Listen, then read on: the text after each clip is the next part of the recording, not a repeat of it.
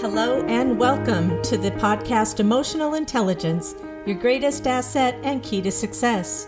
I'm your host, Dr. Jami Carlaccio, coming to you from the Greater New Haven, Connecticut area. As a positive intelligence or PQ coach, I'm committed to helping people develop both emotional intelligence and mental fitness. That is, you'll come to regard problems as situations that help you learn and grow. PQ is a way of being and doing in the world that enables you to develop and sustain a positive relationship with yourself and others, at home, at work, and everywhere in between. Please subscribe to this podcast and tap the like button so more people can enjoy the benefits of PQ. And now, here's the show.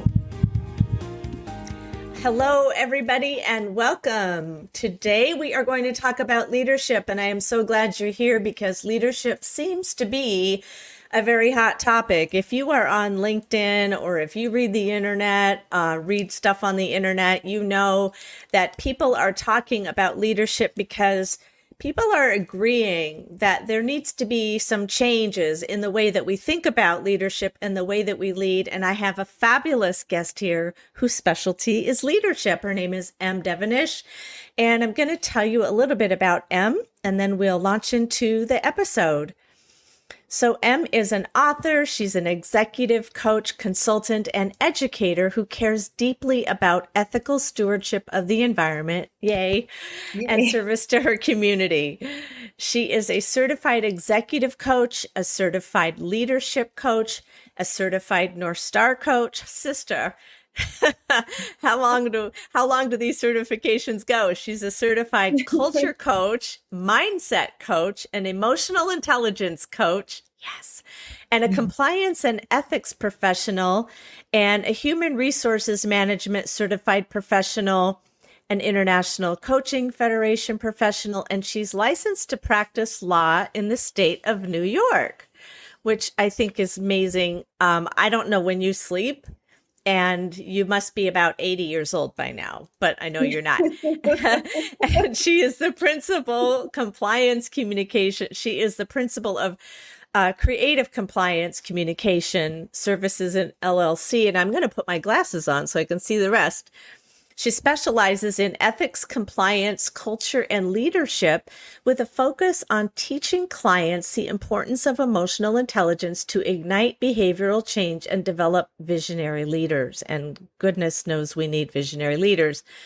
Her coaching and consulting services incorporate creative and analytical thinking, compliance with industry standards, communication of diverse ideas, and ethical decision-making to help individuals and organizations branch out to reach their highest potential.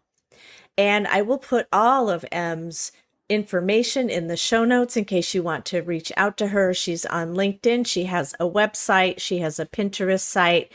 And she has a really wonderful show called Solve It for Kids. And this particular one is Why Are Whales Important? And I think whales are pretty awesome and they are important. So welcome, Em. Thanks for being here today.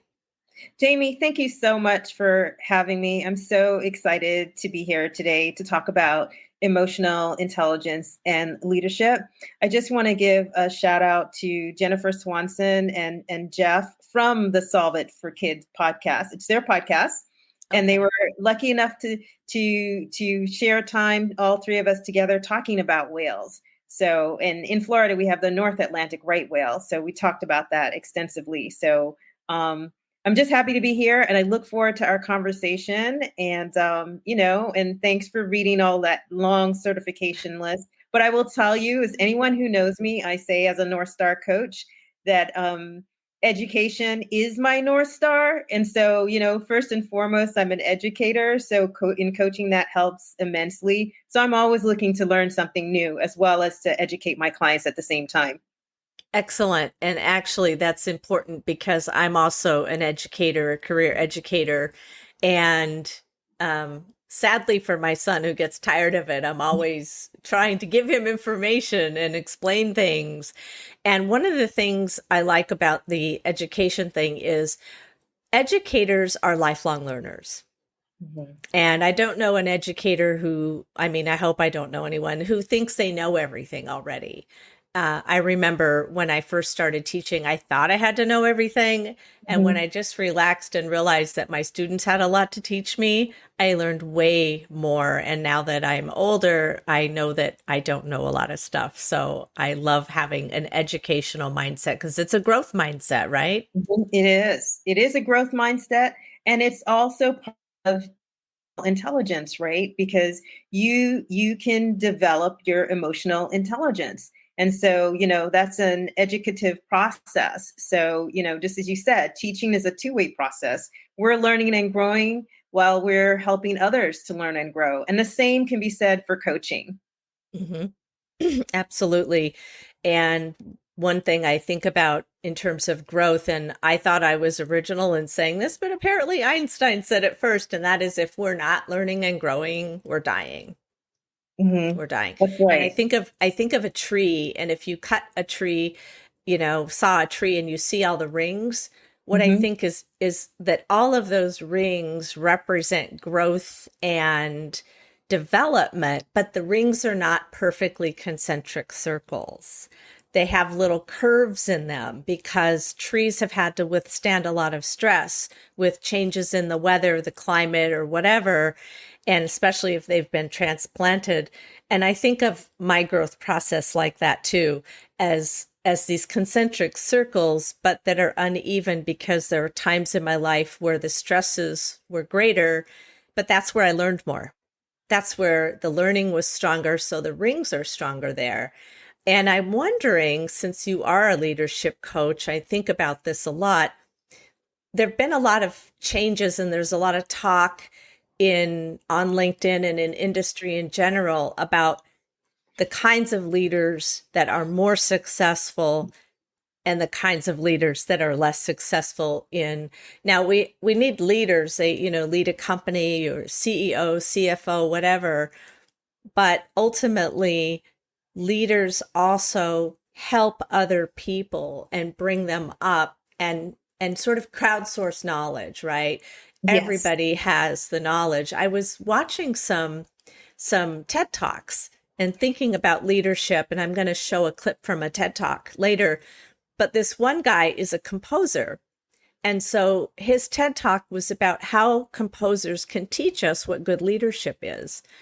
And the one that he highlighted as the best was the one in which the composer or the conductor, sorry, not composer, the conductor was certainly leading the orchestra with his thing, his whatever it's called, but ultimately it was the musicians themselves looking at each other and listening to each other's instruments and coming together as a group. They were not individual people, and the conductor wasn't just doing his thing and telling everybody everything, but the whole orchestra came together in this beautiful, harmonious, synchronous sound.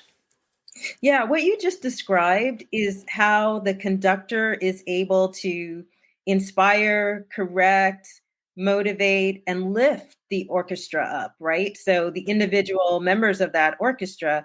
And that's just the same as in leadership. You need to have the emotional intelligence where you can control your own emotions.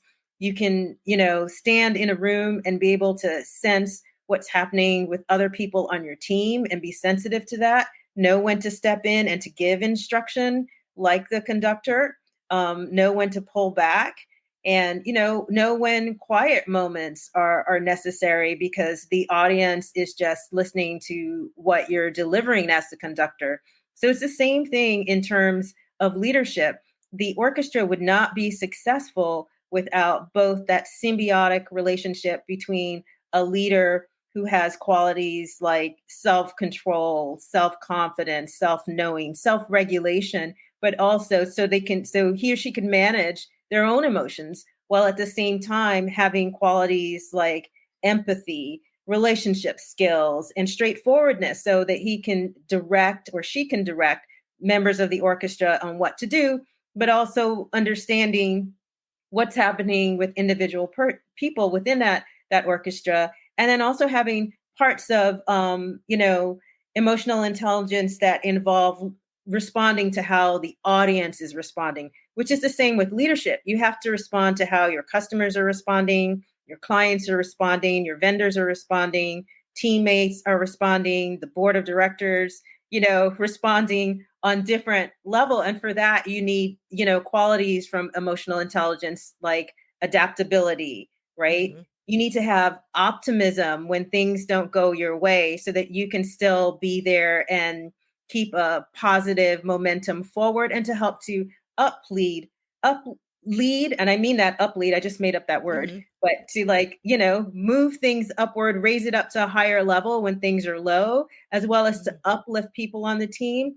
And part of that is also self-actualization. So, which is what I'm all about, right? Branching out Mm-hmm. to reach your highest potential, being that fully formed, individual in your professional and personal development and growth, so that you are comfortable and confident in your skin, in your vision of who you are, where you are today, where you want to go in the future, how do you want to grow, how do you want to use your skills to help humanity, how do you want to use your skills to help your community, how do you want to use your skills to help the environment, because it goes beyond the self. And in order Mm-hmm. to do that, you have to have that emotional intelligence. And that's what visionary leaders do. Yeah, yeah. There's so much that you said in that. I want to just pull a couple of things out.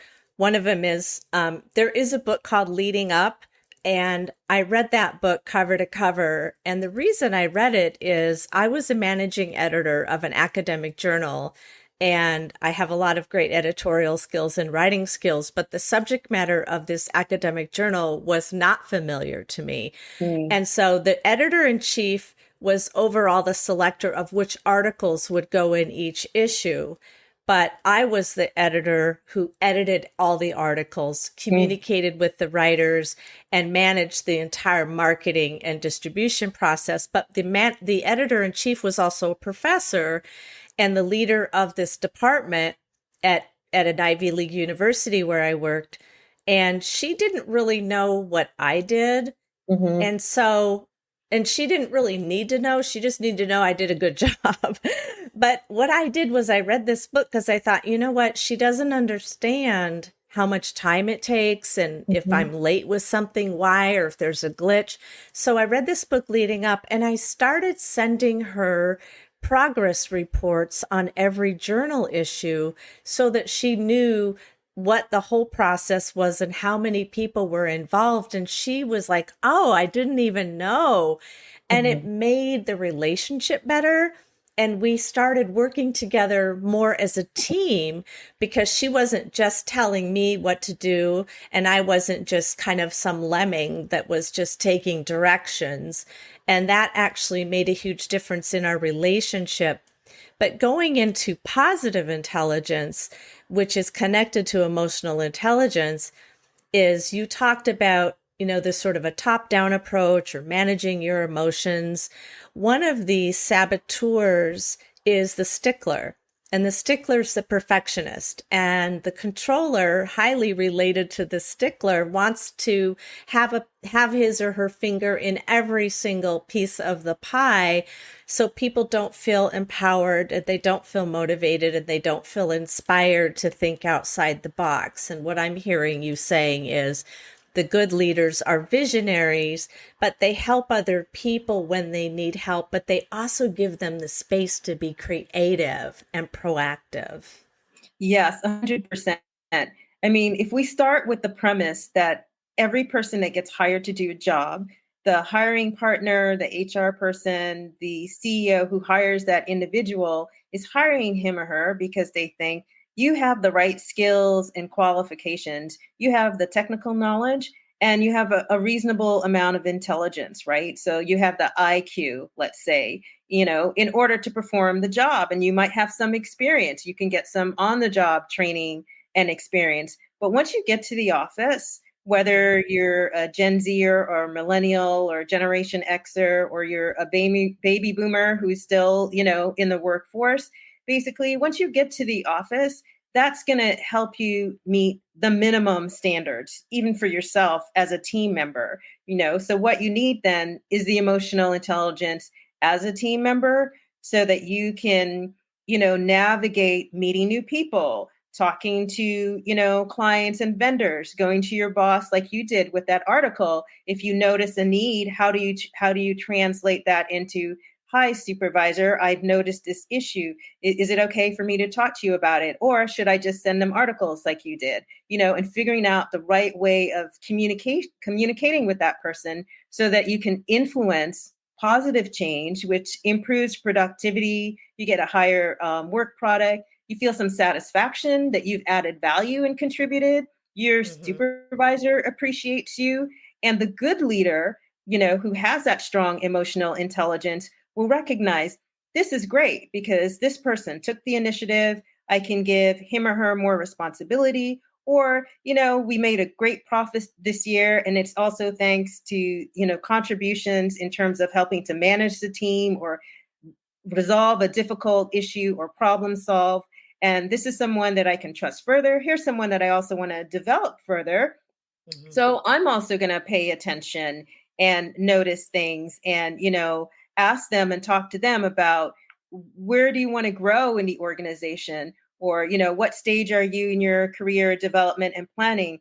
Is there anything that we can do better in our company? Or do you see any other gaps in any skills where you can help fulfill that need?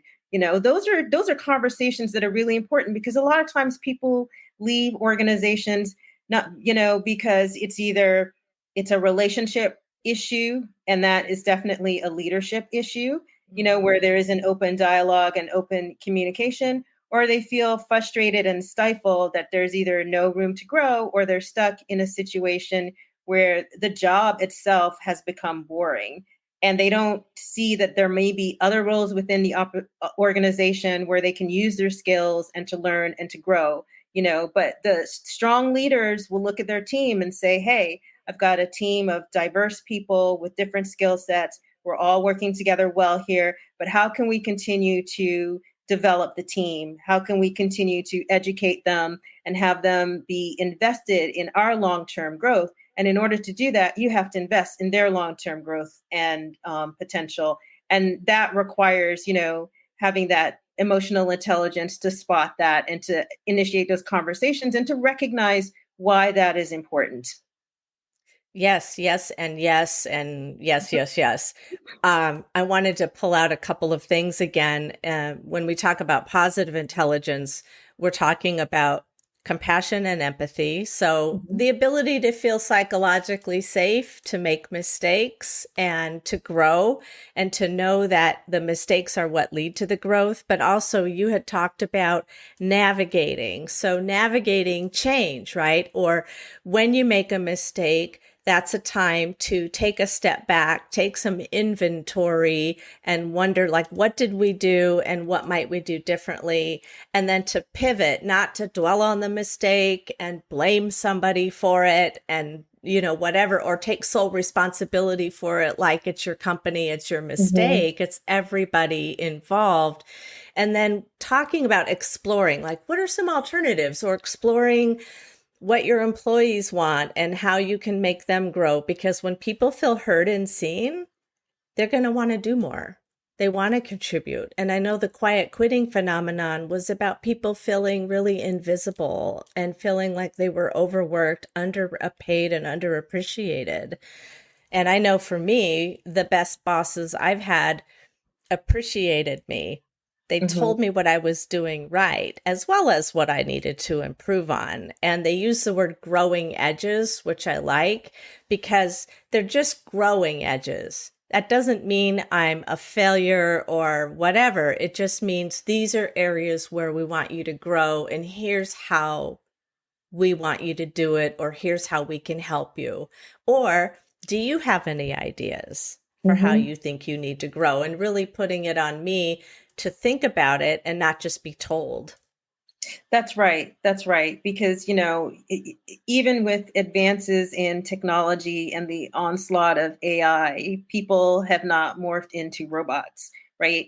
So we're not pre programmed and automated just to execute a function. We have thoughts, feelings, emotions. Our life changes every second, right? It's not just a daily thing, it's a second thing. Like, things happen all the time, and a lot of it is largely beyond our control. So, we need to understand that every person that you meet, every person in the workplace has his or her own story. They have his or her own seconds of ups and downs and other things that they're thinking about, but to keep people focused on the work and on creating great products and services, you have to band together in that human community, right? So it's an interpersonal relationship, it's the relationship skills, it's having empathy for one another, understanding the other person's perspective. And that's where the exchange of diverse ideas comes into play. And sometimes, in some hierarchies, there are hierarchies in organizations where someone might have a great idea, but that person doesn't raise his or her hand because it's like, oh, I'm not high enough in the ranking to raise my hand. Or if I speak up, my boss is going to be upset because I didn't pass it by the boss first. And so there are all sorts of things that control and constrain and limit that creativity and that innovation and the bettering of the products and the services, because people are concerned about levels of hierarchy, they're concerned about social status, and they're, concerned about competition on a different level rather than being more open, right, and engaging. But in order to do that, you have to have a very strong sense of self, know what your worth is and your value and how you feel, as a human, your self-esteem, your confidence, and having a leader who also gives you feedback that affirms you as an individual person, not just as a worker, but as a human. I recognize the person in front of me as a human who is doing something fantastic, it's just wonderful. And that helps that person feel like, yeah, I want to get up and go to the office today, because I have great colleagues, I have things to do, people are counting on me, I wonder what we're going to do. Oh, yeah. And then there's the social aspect, right? And I just don't mean the water cooler conversation, which some people like, some people don't like, but there are other aspects that you get from having conversations with people on, a regular basis and not being isolated from others. You learn and you grow. You find out things about, babysitting that you didn't know, that if you need a babysitter, that just come up in conversations, even casual conversations. And those things help you to become closer to your colleagues and to think about them and to see them as people and not just like the dreaded HR director. Oh my God, it's HR. Well, HR has a role to play and they have a job to do, but that person is also a human with wants, needs, desires, families, friendships, and all of those things. Yeah, I love that you talked about that because we're all such multidimensional people. And if all you see is a title or an outfit or whatever, then they're just simply somebody that you've pigeonholed and made assumptions about. But maybe the HR director's having a bad day because her kid is sick and she would rather be home, but she knew she had to come in. So she had to get a babysitter, like we're talking about babysitters. But the other thing is, transparent communication is key. When management talks to staff and staff talk to each other and teams talk to each other, then there's less opportunity for misunderstanding. And the other thing you mentioned in, say, going to a meeting and being afraid to speak up, in positive intelligence, there's a strategy called the 90-10 rule and the yes and rule. So if everybody's in a meeting and you all are coming together to solve a problem or do whatever, come together to create something new, if there are 7 or 8 or 10 people in the meeting, not everybody is as comfortable speaking up. Some people are just quiet or introverted, or they process information at a different speed.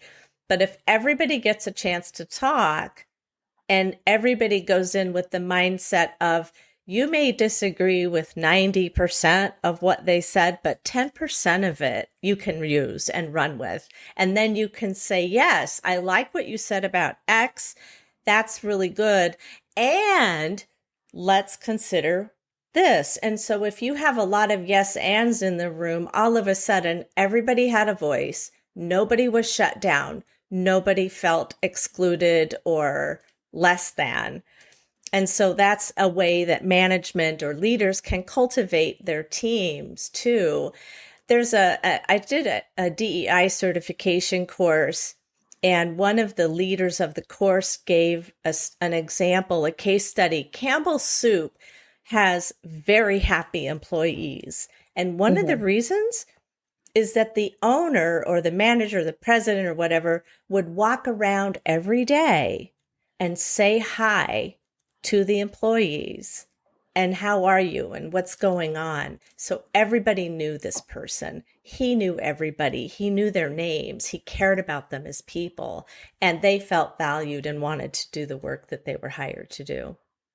Yeah, and that definitely makes sense to me because each individual is autonomous, and if leaders remember that, then they can think about it in the context of this is a whole and complete individual who I've hired to perform a function, but is all and that this person is a human as well, like in front of me, not this person that I've hired that I see as a worker, but is, which is a label, right? It's another type of labeling thing. But as this is the human that I hired, this fully autonomous human that I hired that I can say hello to. I don't have to walk down the hall because I'm the VP or the SVP or the CEO and look at the wall because I can't say hello to someone in my company that I have not met or that is on Mm-hmm. another team or something, something like that. It's more as you look at the person because Mm-hmm. that's that human connection. That's part of being seen, right? Is to Yes. be acknowledged, like your existence as a human being Mm-hmm. acknowledged. And so, when we talk about emotional intelligence, it's also another way of thinking about in the workplace. If you remember Maslow's hierarchy of needs, Mm-hmm. so there's such a thing as, Maslow's hierarchy of needs in the workplace. And so when I do culture work and we talk about leading with culture, Mm-hmm. there's the same tiers that go all the way up. But when you get to the higher levels where the leadership is involved, it's what do the employees need to grow and develop themselves at that self-actualization, third level Mm-hmm. of hierarchy. What do they need? What do those employees need? And they need the same thing you've been talking about. They need to be seen and to be heard. And to do that, that means that leadership has to develop a coaching mindset to coach their employees so that they can advance to the next level, to take on more responsibility, to lead by modeling and being the Mm-hmm. example in the workplace of what it is like to be that person who is ethical, engaging, open, curious, inviting of diverse views. Work product improves when you get diverse input from it because not every good leader knows that he or she doesn't have all the answers. If not, Right. you could do everything yourself, you Mm-hmm. know, Yeah. and your product will be okay, but it's not going to be the best product. I mean, even when you think about some of the top performing companies out there, they all have teams of people who contribute to their success. And in order to do that, you have to lead by inspiring, by role modeling, by, giving people the space to take Mm-hmm. on challenges and recognizing that if it doesn't go as well as planned or predicted, that's a learning opportunity. That's a growth opportunity. That's a way to reset, reevaluate, recommit, refine, come up with a better solution that's Mm-hmm. great Mm-hmm. for everyone. You have to think about the inputs from customers, the workforce, your board of directors, a lot of different stakeholders to come up with the best product and service that actually adds value and that is a benefit to everyone. And that's what great leaders think Mm-hmm. about, you know, and Yeah. they're okay with people giving them that feedback. Mm-hmm. Mm-hmm. Well, we're out of time, but a couple of things I want to leave people with, and I'm going to show this clip. It's about a minute long. and then you and I can say goodbye. But listening and knowing that giving credit where credit is due is also important. I'm thinking of like Apple, Steve Jobs didn't just invent stuff by himself. He had engineers and other people figuring things out. But this clip that I'm going to show is really evidence of people recognizing that the problem is way bigger than anything that they could solve or do something about. Inspire me. And they inspire me because they show us what is possible when you change the way you look at the world, change the way you look at your place in the world. They looked outside and then they changed what was on the inside. They didn't go to business school. They didn't read a manual, how to be a good leader in 10 easy steps. But they have qualities we'd all recognize. They have drive, passion, commitment. They've gone away from what they did before, and they've gone to something they didn't know. They've tried to connect worlds they didn't know existed before. They've built bridges, and they've walked across them. They have a sense of the great arc of time and their tiny place in it. They know people have come before them and will follow them. And they know that they're part of a whole, that they depend on other people. It's not about them. They know that. But it has to start with them. And they have humility. It just happens. But we know it doesn't just happen, don't we? We know it takes a lot to make it happen. And we know the direction the world is going in. So I think we need succession planning on a global basis. That was a little longer, but I really liked what she had to say. She's talking about three people who were visionaries in their very small villages in remote places that saw a huge need. They saw that their way of life was threatened from environmental degradation or over processing or logging or whatever, depending on where they were. And instead of saying, all right, too bad for us, or I'm going to try to solve this, they went out into the larger world and asked questions and listened and came back with new knowledge and shared it and said, we need to do something together. Mm-hmm. And they didn't have an ego invested in it. And that's one thing I hear you saying is you put your ego at the door and then you come to work knowing you're part of a larger thing. Yes, I definitely agree. And I think the essence of what she said echoes with what we've been talking about. And that is that, strong leaders with high levels of emotional intelligence don't come to the office and tell their employees what to do. They already hired qualified, autonomous individual. Their job as a leader is to inspire, role model, and coach so that the employees will follow them anywhere and will step up and contribute and give more. Yes. Thank you so much for all of your great insights. And again, Emme's information will be in the show notes. And I'll put a link also to the TED Talk because it's about 15 minutes and worth watching every minute of it. And if you want to find out more about emotional intelligence and how it can help you and your workplace, my information is in the show notes and I would love to hear from you. And remember, when you feel an emotion, you don't have to stay stuck in it, but you can do some PQ reps and interrupt it and then maybe pivot to a new direction. And so on that note, thank you very much. Thank you, Em, again, and we'll see you at the PQ gym. Bye. Thank you, Jamie. Thank you, everyone. Have a great day. Bye.